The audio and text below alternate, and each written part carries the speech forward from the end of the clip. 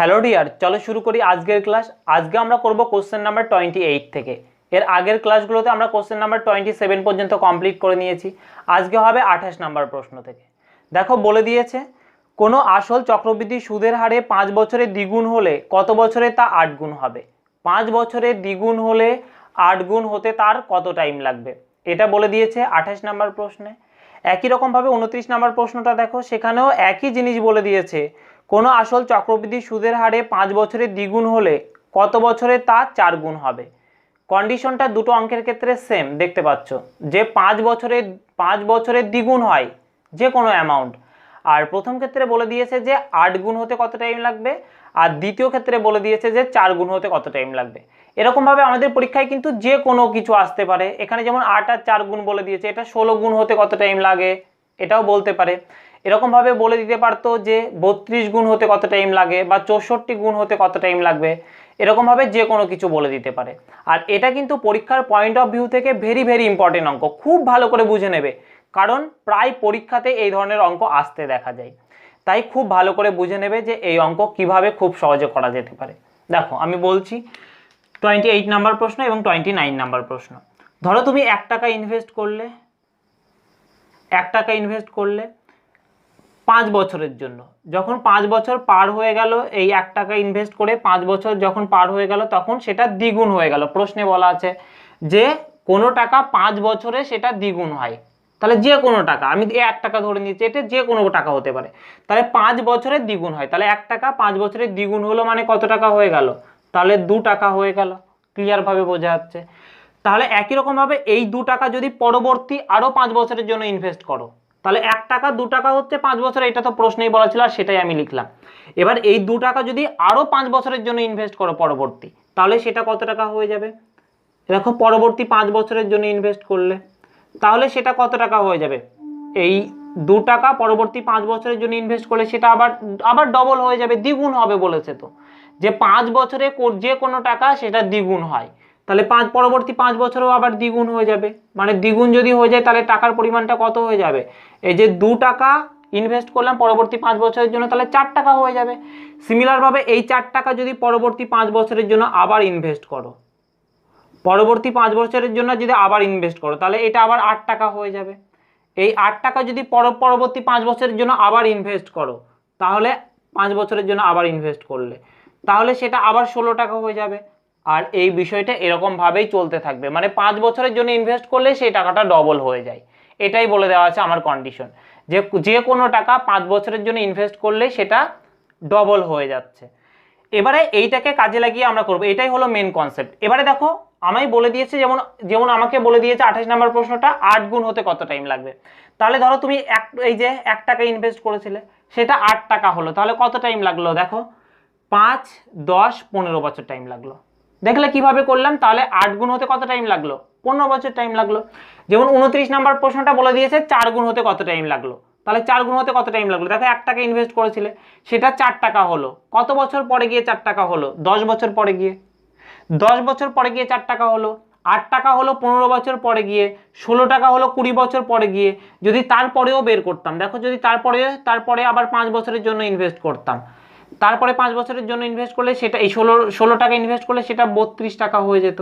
মানে প্রথমে যে প্রিন্সিপালটা আমি ইনভেস্ট করেছিলাম এই 1 টাকা, সেই 1 টাকা 32 টাকা হতে কত টাইম লাগছে, দেখো 5, 10, 15, 20, 25 বছর টাইম লাগছে। আর এরকম ভাবেই জিনিসগুলো চলতে থাকবে। এবারে তুমি তো এরকম ভাবে একে একে তো বুঝতে পারলে, এখানে যদি আমাদের 4 গুণ, এই যে 4 গুণ, 8 গুণ বা 16 গুণ দেয় তাহলে আমরা করতে পারবো।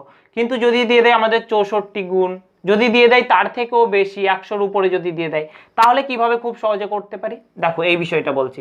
দেখো তুমি ধরো 1 টাকা ইনভেস্ট করেছিলে, সেটা 2 টাকা হলো, আর এই 2কে আমরা এভাবে লিখতে পারি 2 টু দি পাওয়ার 1। তারপর 4কে আমরা লিখতে পারি 2 টু দি পাওয়ার 2, 8কে আমরা লিখতে পারি 2 টু দি পাওয়ার 3, আর 16কে আমরা লিখতে পারি 2 টু দি পাওয়ার 4, আর 32কে আমরা লিখতে পারি 2 টু দি পাওয়ার 5। তাই লিখতে পারি তো। তাহলে এখানে এটাই বলে দেওয়া ছিল যে কোনো টাকা দ্বিগুণ হয় কত বছরে, 5 বছরে। তাহলে দ্বিগুণ মানে কি, এই দেখো এখানে লিখি দ্বিগুণ, আর দ্বিগুণ মানেই হলো কি 2 to the power 1।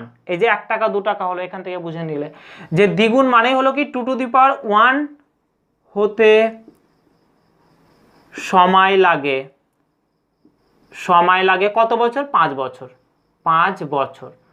R 28 number প্রশ্নতে বলেছে 8 গুণ হতে, তাহলে 8 গুণ মানে কি এটা একবার ভেবে নেবে। তাহলে 8 গুণ মানে কি? তাহলে দ্বিগুণ।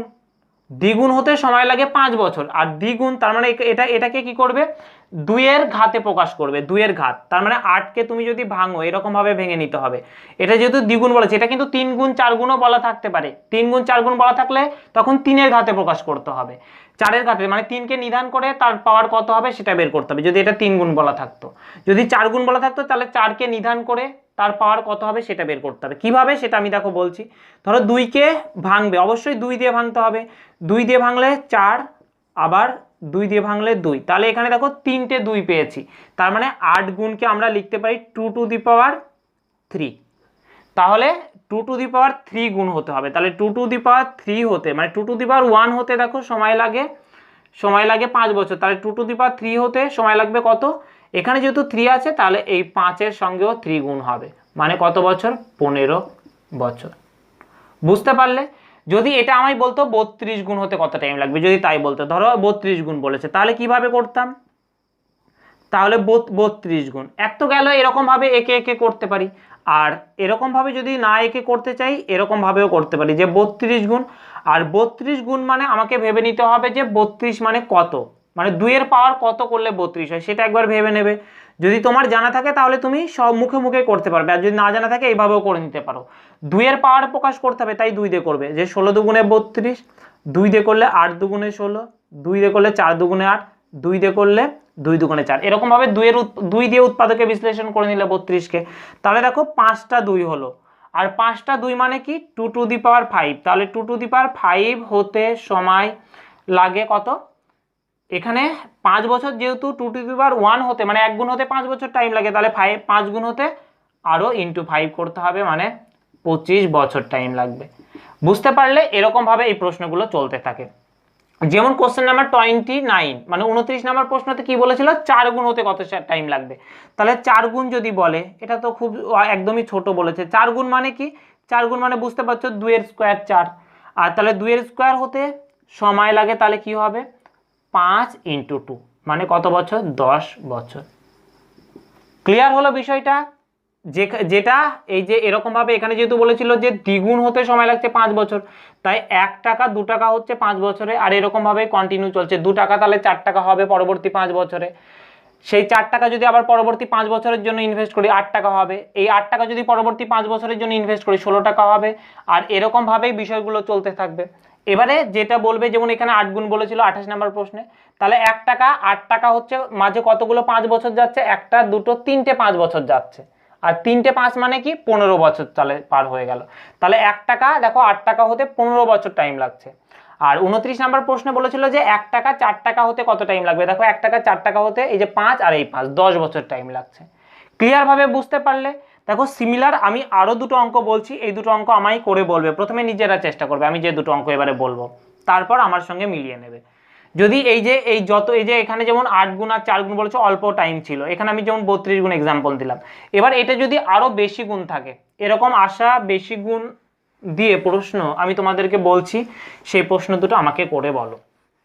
28 নাম্বার আর 29 নাম্বার প্রশ্ন তোমরা যেভাবে করলে ঠিক একই কনসেপ্টের উপরে দেখো তোমাদেরকে দুটো প্রশ্ন দিয়েছি। এই দুটো প্রশ্ন প্রথমে নিজেরা করবে, আর নিজেরা করে তারপর আমার সঙ্গে মিলিয়ে নেবে যে ঠিক করলে কিনা। আশা করি প্রত্যেকে ঠিক করে করতে পারবে, কারণ এর আগে আমি খুব ভালো করে বললাম কনসেপ্ট। এখানে দেখো কোশ্চেন নাম্বার 1-এ আমি বলে দিয়েছি কোনো টাকা 3 গুণ হতে 8 বছর টাইম লাগে, তাহলে 243 গুণ হতে তার কত টাইম লাগবে। আর 2 নম্বর প্রশ্নটা বলে দিয়েছি যে কোনো টাকা দ্বিগুণ হতে তার 3 বছর টাইম লাগে, তাহলে 64 গুণ হতে তার কত বছর টাইম লাগবে। এই দুটো অঙ্ক কিভাবে করব, এটা যদি তুমি ডায়াগ্রাম এঁকে করতে চাও ডায়াগ্রাম এঁকেও করতে পারবে। এখানে যেহেতু 243 গুণ বলেছে, তাহলে তোমাকে বেশিক্ষণ ধরে ডায়াগ্রাম আঁকতে যেতে হবে, বেশি ডায়াগ্রাম আঁকতে হবে। এখানে যেমন 64 গুণ বলেছে, তাহলে তোমাকে বেশি ডায়াগ্রাম আঁকতে হবে, মানে বেশিক্ষণ ধরে আঁকতে হবে। তাহলে এটা ডায়াগ্রাম না এঁকেও কিভাবে করতে পারি আমরা বললাম। দেখো আমি ডায়াগ্রাম না এঁকেই বলছি যে কিভাবে করব। এখানে বলেছে 3 গুণ হতে 8 বছর টাইম লাগে, তাহলে 3 গুণ মানে কি? 3 গুণ মানে ভেবে নেবে 3 টু দি পাওয়ার 1, এখানে যেমন আগেরটা করলাম 2 গুণ মানে 2 টু দি পাওয়ার 1, এখানে 3 গুণ মানে 3 টু দি পাওয়ার 1, তাহলে 3 টু দি পাওয়ার 1 হতে যদি 4 গুণ বলতো তাহলে 4 টু দি পাওয়ার 1, যদি 5 গুণ বলতো তাহলে 5 টু দি পাওয়ার 1, ঠিক আছে, এরকম ভাবে এগুলো কিন্তু ধরে নিতে হবে। 3 গুণ মানে 3 টু দি পাওয়ার 1 হতে সময় লাগে কত বছর? 8 বছর, যেটা বলে দিয়েছে 8 বছর। আমার হতে হবে কত?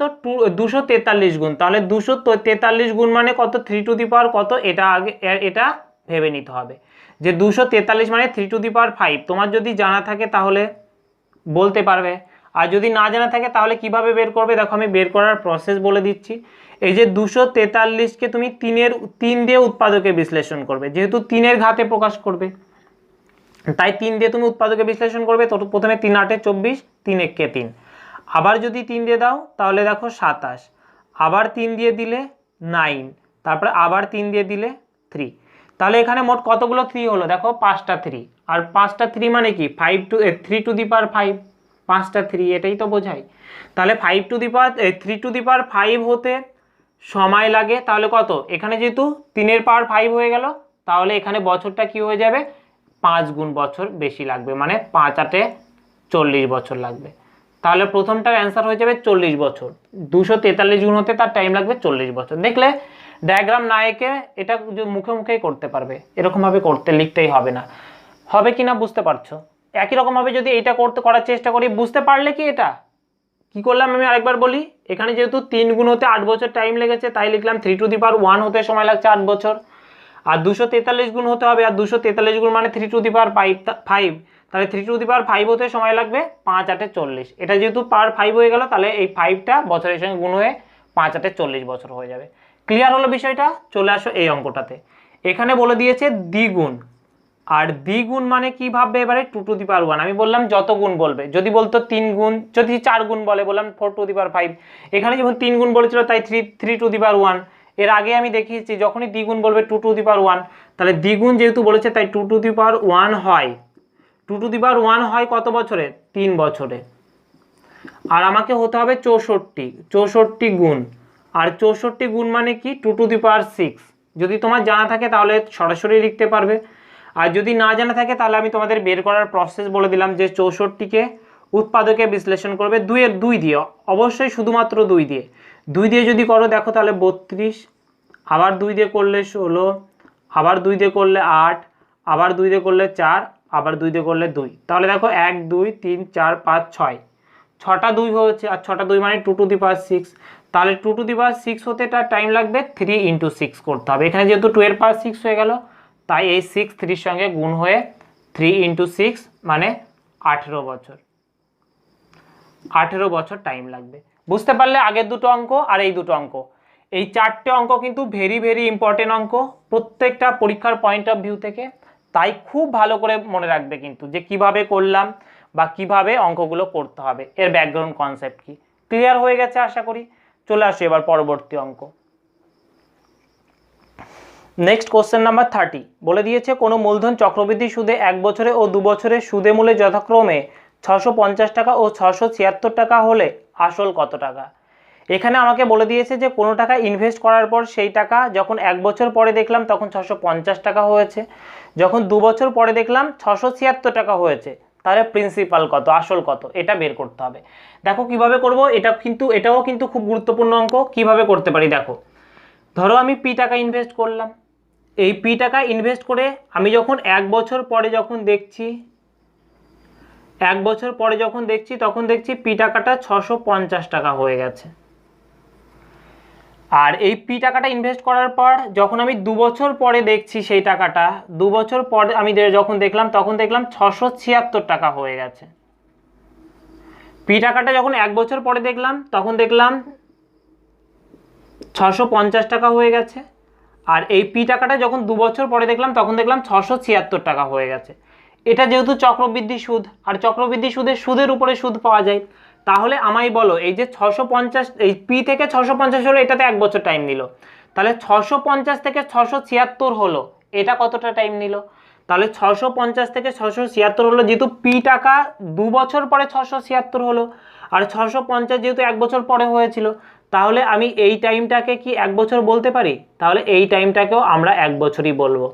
যে 650 টাকা 676 টাকা হলো, 650 টাকা 676 টাকা হতেও 1 বছর টাইম নিল। তাহলে এখান থেকে আমরা স্কেলিং ফ্যাক্টরটা পেয়ে যাব যে প্রতি বছরে টাকাটা কত গুণে বাড়ছে বা কত অংশ বাড়ছে। এটা যদি আমরা স্কেলিং ফ্যাক্টর বের করতে চাই তাহলে কিভাবে বের করব? 676 বাই 650।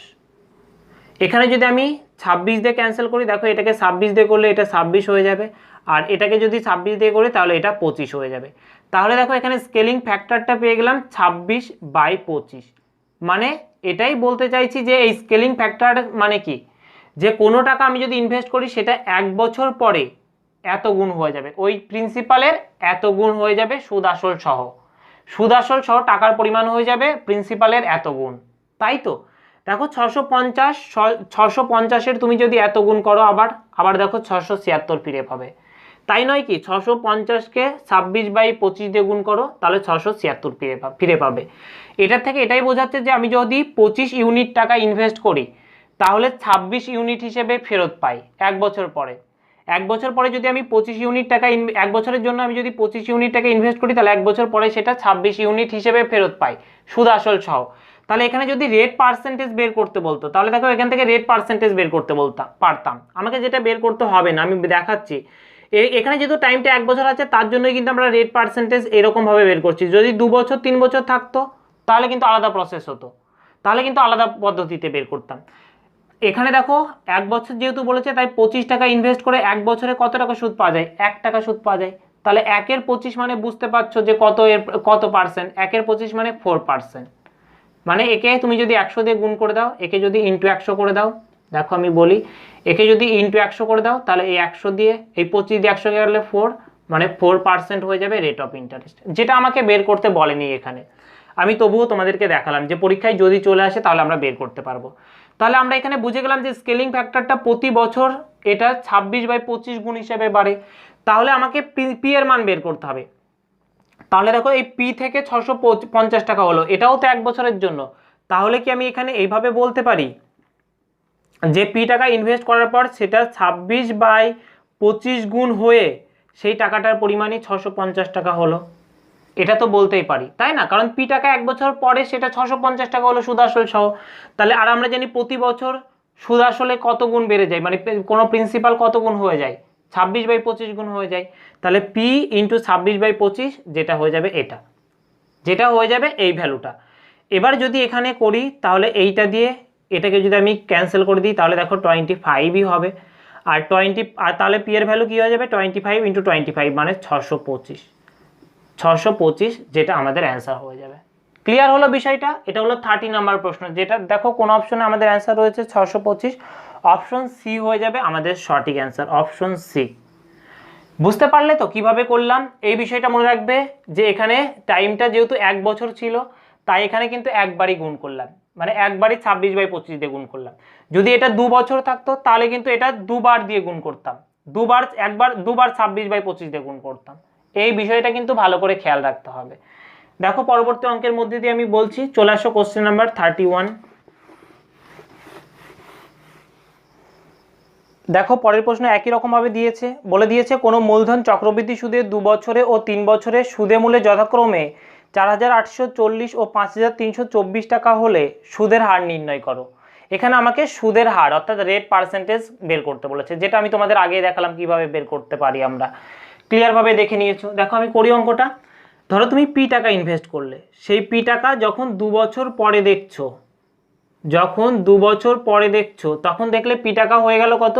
4840 টাকা, এটা হলো।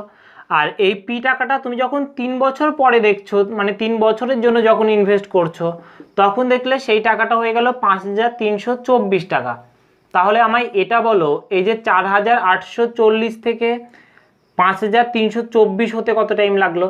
এই পি টাকাটা এই 5324 টাকা হতে 3 বছর টাইম লাগলো, আর এইটা হতে 2 বছর টাইম লাগলো। তাহলে এই 4840 থেকে এটা হতে ক্লিয়ারভাবে বোঝাচ্ছে যে 1 বছর টাইম লাগলো, তাই না? 3-এর থেকে 2 বাদ দিলে 1 বছর টাইম লাগলো। তাহলে এই টাকা হতে 1 বছর টাইম লাগলো। তাহলে এখানে তুমি ক্লিয়ারভাবে আগেরটার মতোই স্কেলিং ফ্যাক্টরটা বের করতে পারবে, খুব সহজেই বের করতে পারবে।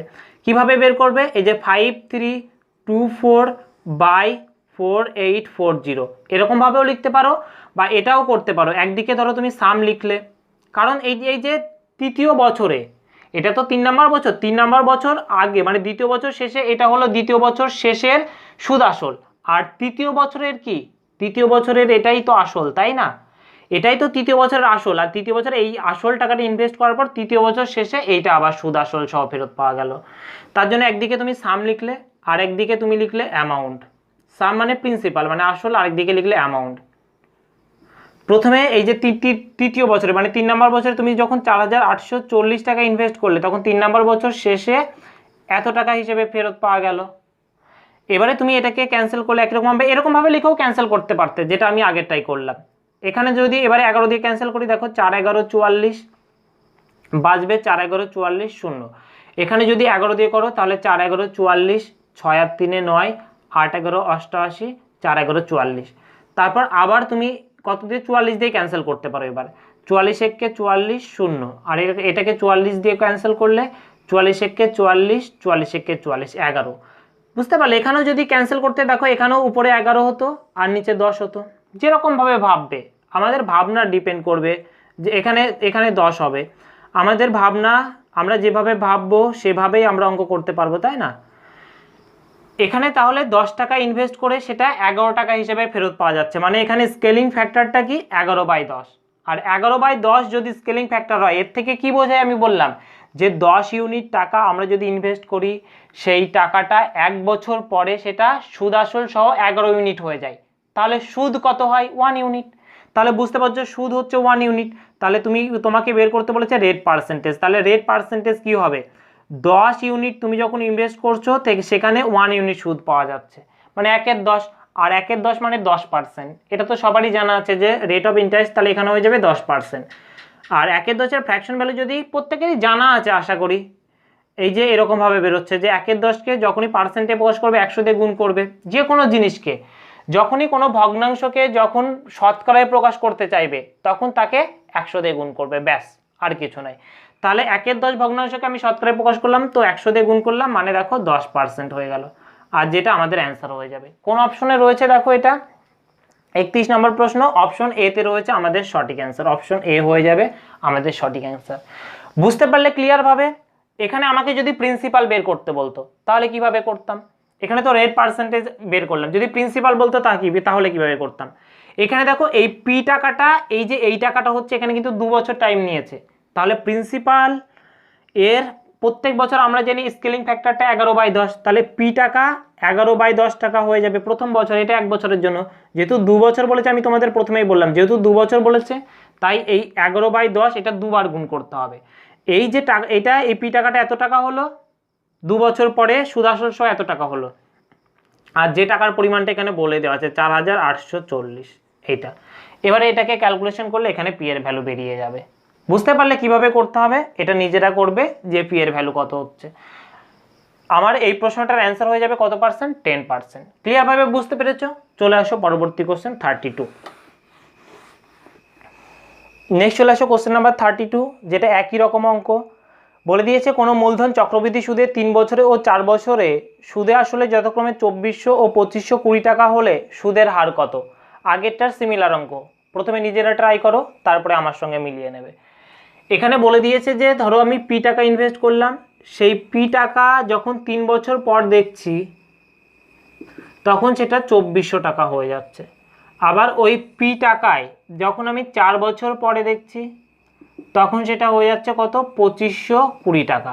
তাহলে আমায় বলো এই 2400 থেকে 2520 টাকা হতে কত বছর টাইম লাগলো? 1 বছর বলবে, তাই না? এটা তো ক্লিয়ারভাবে বোঝা যাচ্ছে যে পি টাকা এটা হতে 4 বছর নেয়, আর পি টাকা এই 2400 হতে 3 বছর নেয়, তাহলে এই 2400 থেকে এটা হতে 1 বছর টাইম লাগবে। তাহলে একদিকে একই রকমভাবে সাম লিখলে, আর একদিকে লিখলে অ্যামাউন্ট। সাম 2400 টাকা, মানে এই 2400 টাকা 2520 টাকা হলো, 2520 হতে হলো, তাই তো? এই 2400 2520 হতে 1 বছর টাইম নিল। আচ্ছা, এখানে এইটা বুঝতে পারছো তো যে কেন সাম আর অ্যামাউন্ট লিখলাম? কারণ এই যে লাস্ট নাম্বার বছরে মানে 4 নাম্বার বছরে এই 2400 টাকা তো 3 নাম্বার বছরের শেষের সুদ আসল, আর 4 নাম্বার বছরের কি? 4 নাম্বার বছরের শুরুর প্রিন্সিপাল। আর 4 নম্বর বছরের শুরু যদি প্রিন্সিপাল হয় 2400 টাকা, আর 4 নম্বর বছরের শেষ যখন হলো তখনই সুদ আসল সহ আবার টাকার পরিমাণটা হয়ে গেল 2520 টাকা। তার জন্য ওই শেষের বছরের এটা হলো প্রিন্সিপাল আর এটা হলো অ্যামাউন্ট মানে সুদ আসল, তার জন্য এখানে সাম আর অ্যামাউন্ট লিখছি, বোঝা গেল? এখানে সাম আর অ্যামাউন্ট না লিখে ওরকমভাবে বাই লিখেও তুমি স্কেলিং ফ্যাক্টরটা বের করতে পারো, কোনো অসুবিধা নেই। এখানে দেখো 0 0 ক্যান্সেল করলাম, এখানে 6 দিয়ে যদি ক্যান্সেল করি 4 6 24 0, আর 6 দিয়ে এখানে করলে 4 6 24, 6 দুগুণে 12। তারপর এখানে কত দিয়ে যাবে, এখানে যাবে যদি 2 দিয়ে করি তাহলে 20, আর এটাকে 2 দিয়ে করলে 21। তাহলে এখানে দেখো 20 আর 21 মানে 20 ইউনিট টাকা ইনভেস্ট করলে 21 ইউনিট টাকা ফেরত পাওয়া যায়।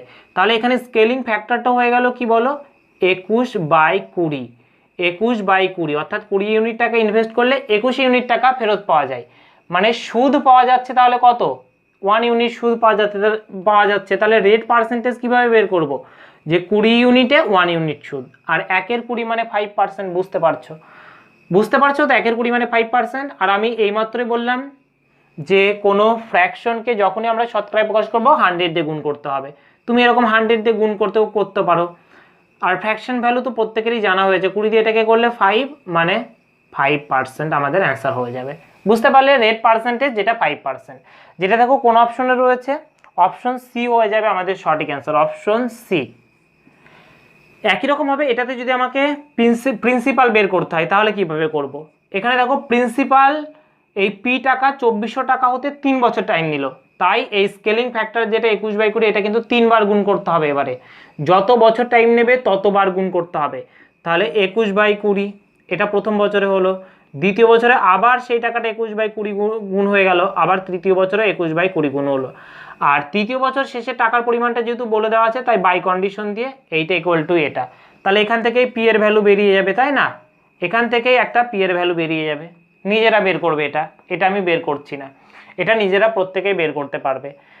আমাদের এই অঙ্ক যেটা দেওয়া ছিল সেটার অ্যান্সার হয়ে গেল অপশন সি মানে 5%। বুঝতে পারলে ক্লিয়ার ভাবে? চলে এসো পরবর্তী কোশ্চেন নাম্বার 33।